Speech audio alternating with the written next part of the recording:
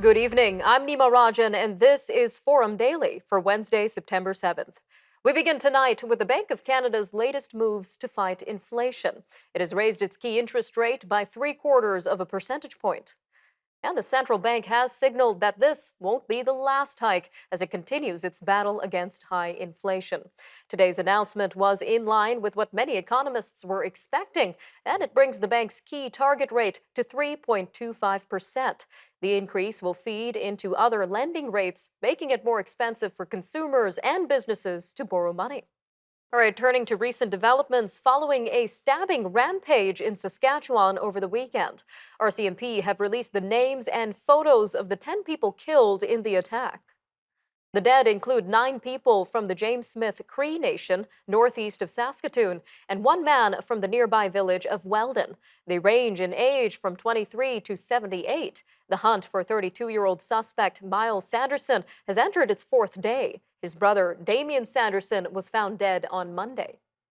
Meanwhile, parole documents show that the suspect in Sunday's deadly attacks in Saskatchewan has a nearly 2-decade-long criminal record. They show that the parole board called Miles Sanderson's criminal history very concerning, but it decided to reinstate his statutory release with a reprimand. The documents also show the parole board said Mr. Sanderson, quote, will not present an undue risk to society. Public Safety Minister Marco Mendicino says he's already been engaged with the parole board, and he has been told that there will be an investigation into the release decision. Moving to Ontario now, which is allowing its nursing college to go ahead with regulatory changes to recruit more international professionals. The changes could get thousands more internationally trained nurses into practice more quickly.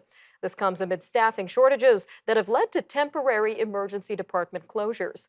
Health Minister Sylvia Jones has directed the College of Nurses of Ontario to draft plans to more quickly register internationally educated professionals.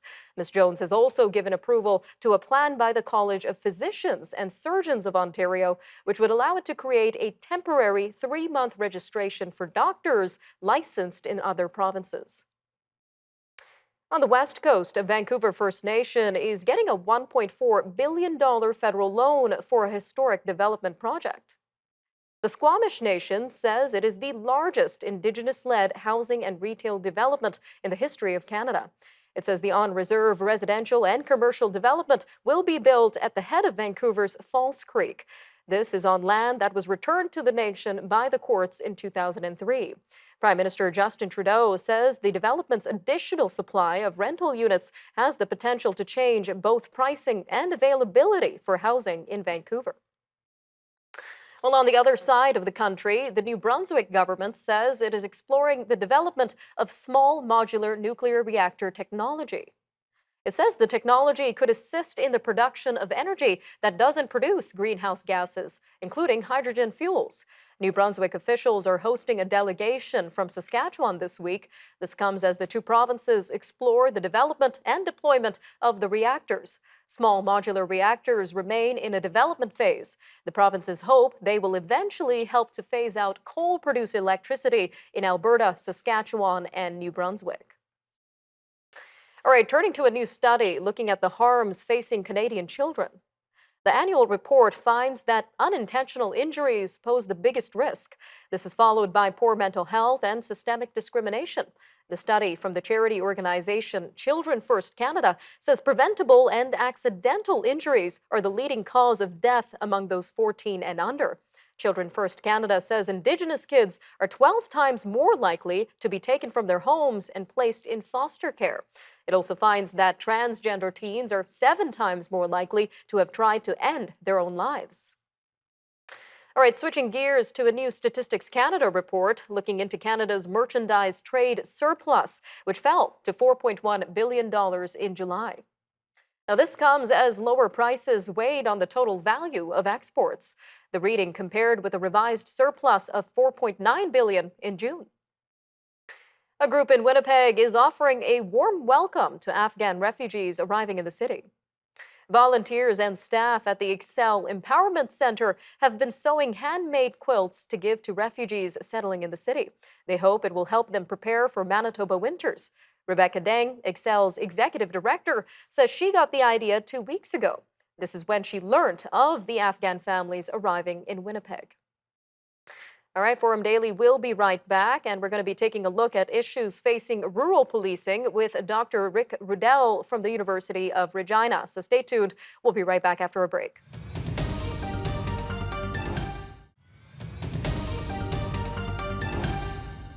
As the manhunt for the suspect in a stabbing rampage in Saskatchewan enters its fourth day, experts say it highlights gaps in the policing of rural areas.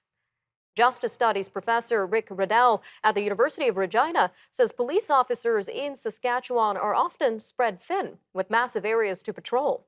Dr. Ruddell says that can lengthen police response times, and it could hinder the ability to respond in the immediate aftermath of a serious crime before additional resources are brought in. Scott Blanford, a former police sergeant in London, Ontario, says while mass murders are rare in Canada, the recent stabbings highlight the cracks in the policing of rural areas and the challenges facing officers. Well, with us now to discuss the issues impacting rural policing is Dr. Rick Ruddell, policing expert and professor at the University of Regina. Dr. Ruddell, welcome to Forum Daily. Well, thank you for having me. So some very tragic events unfolded this weekend in Saskatchewan. Let's start with a brief overview of what we know so far about the recent mass stabbing on the James Cree Nation as well as the village of Weldon. Well, these events happened on early Sunday morning, and there was a pretty immediate police response to that. There was initially 10 victims found who were murdered and 18 people who were wounded. And so a very serious crime, very complicated crime scene as it was spread over two towns and the James Cree First Nation. So it was a challenge obviously a challenge for the police who responded. And since then, there's one suspect known to be at large, and that person is currently at large, and all police resources in the province are looking for that individual. Now, we mentioned that experts are pointing to cracks in the policing of rural areas because of this case. So what sort of cracks could they be highlighting here? Well, policing throughout rural Canada is spread really thin. So the amount of officers to cover such a big geographical area is scant. And I think that in Canada, we've been getting away with policing on the cheap in terms of rural areas. So I'll just give you one example. A response time in Ottawa, one of the very few places that actually publish their police response times. So in a serious incident, something involving violence or a serious injury, their average response time is 7 minutes. Now, if you go to the countryside in rural Saskatchewan, rural Alberta, even rural Northern Ontario, you might be very lucky to get a police response to a serious incident within 30 minutes to an hour. And it might even be longer depending on inclement weather or if the police resources are spread, not only spread thin, but say they're attending a collision somewhere else or another serious event. So a lot of people in the countryside feel pretty vulnerable about that, knowing that they're not going to get a very rapid response time, and they feel isolated and vulnerable. Now, as you say, you can see these issues in rural or Northern Ontario. So are these rural policing issues seen across the country, or are they unique to certain areas of Canada? They're pretty much right across the board throughout Canada. And this is not a new sort of discovery. I'm on some committees that deal with international policing issues, and these are common in the United States, United Kingdom, and throughout Europe. Policing response times in the countryside are fairly poor for the most part. And that's not the fault of the individual officers. If there's only one person working on that shift, that's the only person who can respond, and they might be 30 to 50 kilometers away from a serious incident. All right, Dr. Ruddell, we've got about a minute and a half left here, so let's talk about some solutions. What kind of steps can our officials take to address rural policing, and what's at risk here if they don't? Well, I'm not going to make people happy when I say in the environment we're talking about defunding, but we actually probably need to increase funding for rural police services and to make sure that they have enough personnel on the job to get the job done.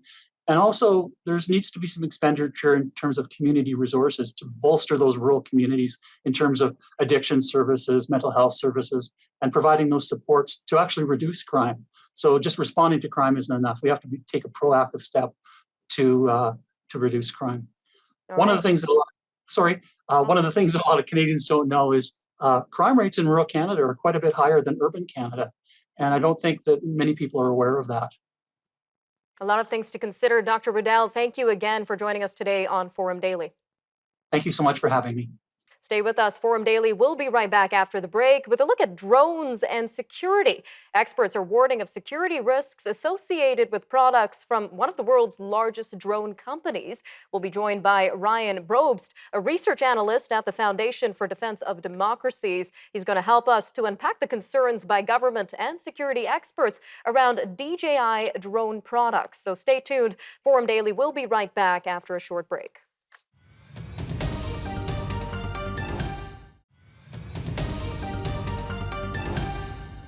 As the market for drones continues to grow in popularity in North America, experts are sounding the alarm on one of the largest drone companies in the world. Chinese technology company Dajiang Innovations makes the popular DJI drones. It is being closely watched by experts concerned about the security risks associated with their products. Federal officials in the U.S. have already put a spotlight on DJI, and the Department of Homeland Security previously issued a warning about Chinese-made drones.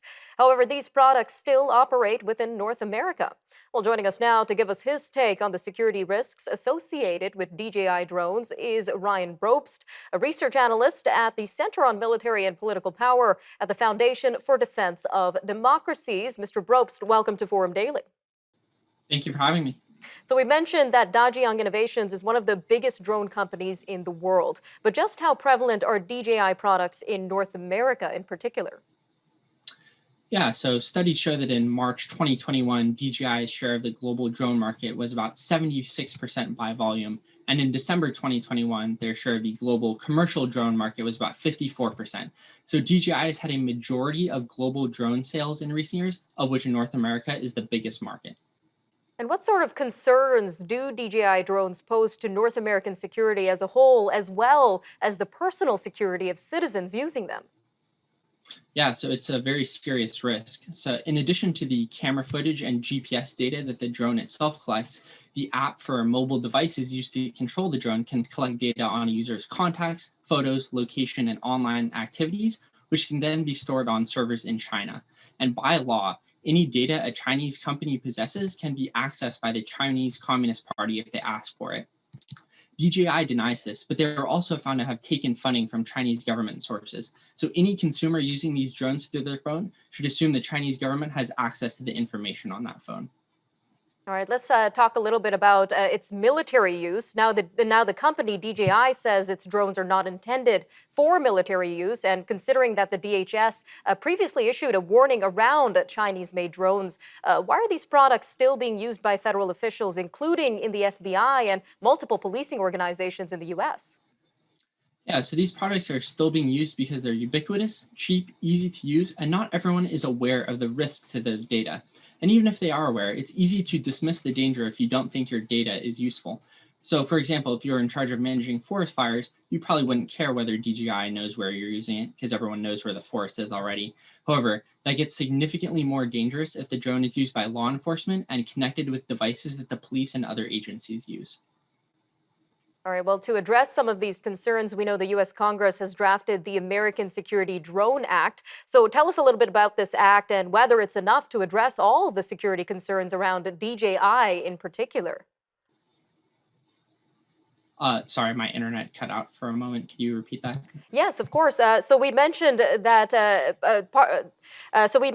the U.S. Congress has drafted the American Security Drone Act. But the question here is whether it's enough to address all security concerns around DJI. Yeah, so what the act does is that it bans, with a few exceptions, the US government from buying drones from certain entities, including DJI. This is a step in the right direction, but it leaves a huge hole, namely that state governments continue to be a problem even if the act passes. All right, there seems to be a bit of a connection issue, Mr. Brobst. We seem to have lost that last part of your answer. Would you be able to repeat that for our viewers? Yeah. So what the act does is that it essentially bans, with a few exceptions, the U.S. federal government from buying drones from certain entities, including DJI. This is a step in the right direction, but leaves a huge hole, namely that state governments and local police could continue buying these DJI products that send data back to China. That will continue to be a problem even if the act passes. All right, Mr. Brobst, a quick minute left here, but what other popular pieces of technology or apps may pose some threats to North American security? Yeah, so Huawei is probably the biggest risk to North American security. If its products were installed in 5G networks, there would be a huge risk of espionage that would be very hard to discover or mitigate. Fortunately, both the American and Canadian governments banned Huawei products in their networks. However, Mexico has not restricted Huawei as much, which will continue to pose a risk going forward. All right, Mr. Brobst, thank you again for joining us today on Forum Daily. All right, thank you for having me. All right, we'll be right back after the break. And when Forum Daily returns, we'll be taking a look at the major news stories and headlines from around the world. Russia resumes its shelling near Europe's largest nuclear power plant. The European Union is looking to cap prices on Russian oil and gas. And the names of some U.S. officials are leaked in a list of members belonging to an extremist group. So stay tuned to Forum Daily. We'll be right back after the break. Stay with us.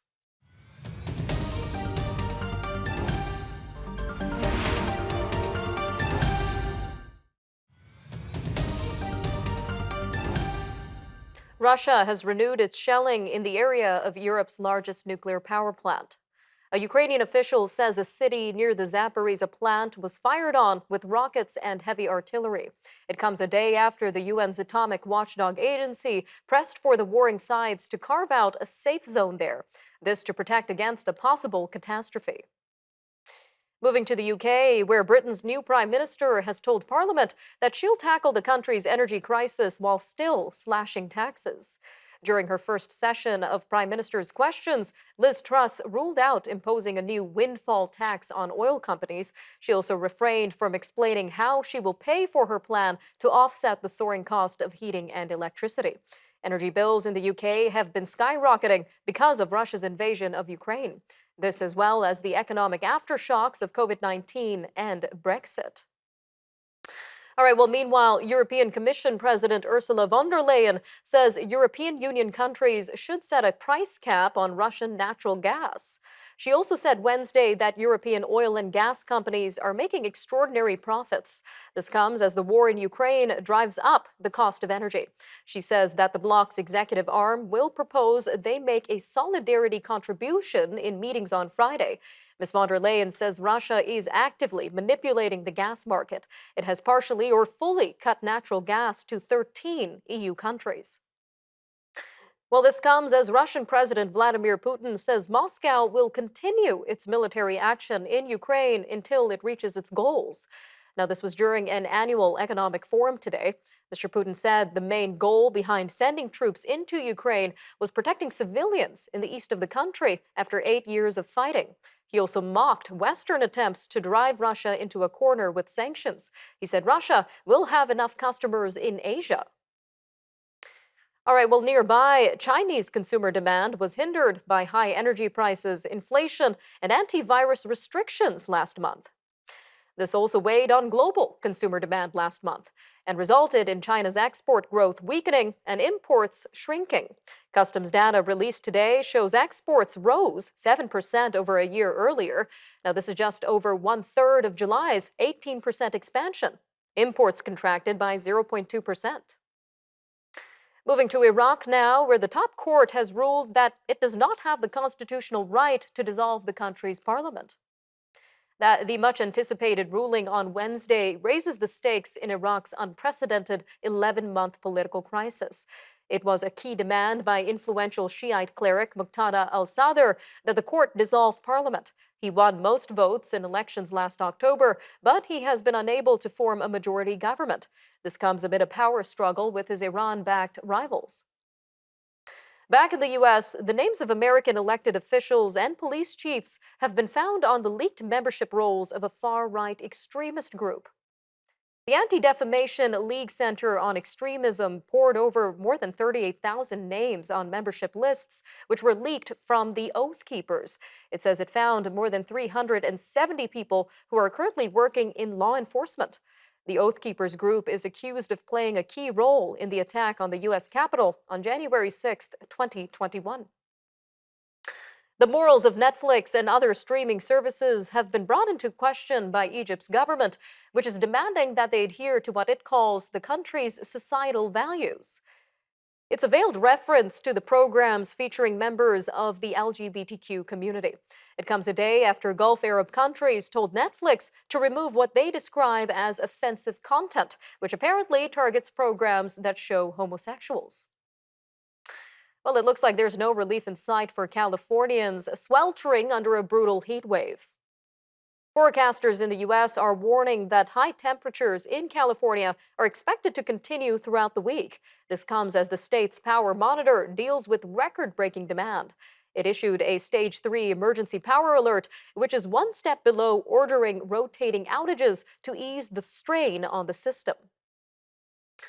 A kid who inspired a viral TikTok song about his love of corn has been recognized by a fellow corn-loving state. 7-year-old Tariq's story caught the attention of hundreds of thousands of people. An interview with him was posted by web series Recess Therapy, and his devotion to the Colonels was then remixed by the Gregory brothers. The song has since gone viral on TikTok, with more than 600,000 videos using it. That prompted South Dakota to name Tariq as the state's official corn ambassador, with a proclamation from the governor. All right, I'm Nima Rajan, and that'll do it for your look at national and international news for today. Remember, for more news on demand, you can always visit our website, thenewsforum.ca, and make sure to follow us on our social media handles. Take care, Canada. We'll see you next time on Forum Daily.